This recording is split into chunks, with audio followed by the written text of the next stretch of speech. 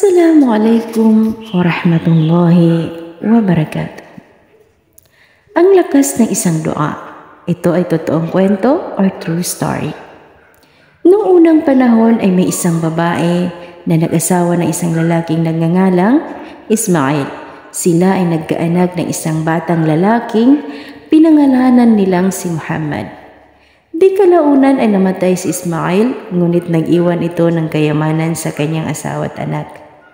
Inaruga ng ina ang anak nito at pinalaking matakutin sa Allah subhanahu wa ta'ala. Marahil ay nais ng ina na maging scholar o dalubhasa ang kanyang anak, ngunit may isang sagabal sa kanyang nais. Yun ay bulag ang kanyang anak. Noong mga panahong iyon ay kinakailangang maglakbay ng isang tao sa iba't ibang bansa at manaliksik sa iba't ibang mga sheikh upang maging scholar o dalubhasa, bagay na mahirap para sa isang bulag. Ngunit di nawalan ng pag-asa ang ina. Gamit ang ikhlas at pag-asa, lagi itong humihingi ng tulong at nagdudua sa Allah subhanahu wa ta'ala. Isang gabi na panaginipan niya si Nabi Ibrahim alayhisalam na nagsabing, "Katotohanan dahil sa marami mong dua, ibinalik ng Allah ang paningin ng iyong anak." Nang siya ay nagising, dali-dali nitong pinuntahan ang kanyang anak at nakitang nagkatotoo ang kanyang panaginip. Allahu Akbar, ang tunay na pinakamakapangyarihan ay ang Allah subhanahu wa ta'ala lamang. Dahil dito sinimulan ng ina ang pangarap nitong maging dalubhasa o scholar ang kanyang anak. Pinaglakbay niya ito upang makapag-aral.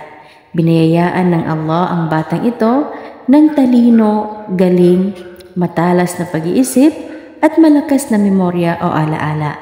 At di kalaunan, ang batang ito na nagngangalang si Muhammad bin Ismail al-Bukhari ay lumaki upang tipunin ang tinaguriang pangalawa sa pinaka-authentic na aklat o kitab sa buong mundo.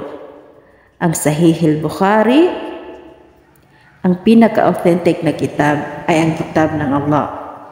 Sana ay nagsilbing aral sa ating lahat na sa Allah subhanahu wa ta'ala lamang iasa at ipagdua ang lahat ng bagay at hindi sa sino man o anuman sa kanyang nilalang.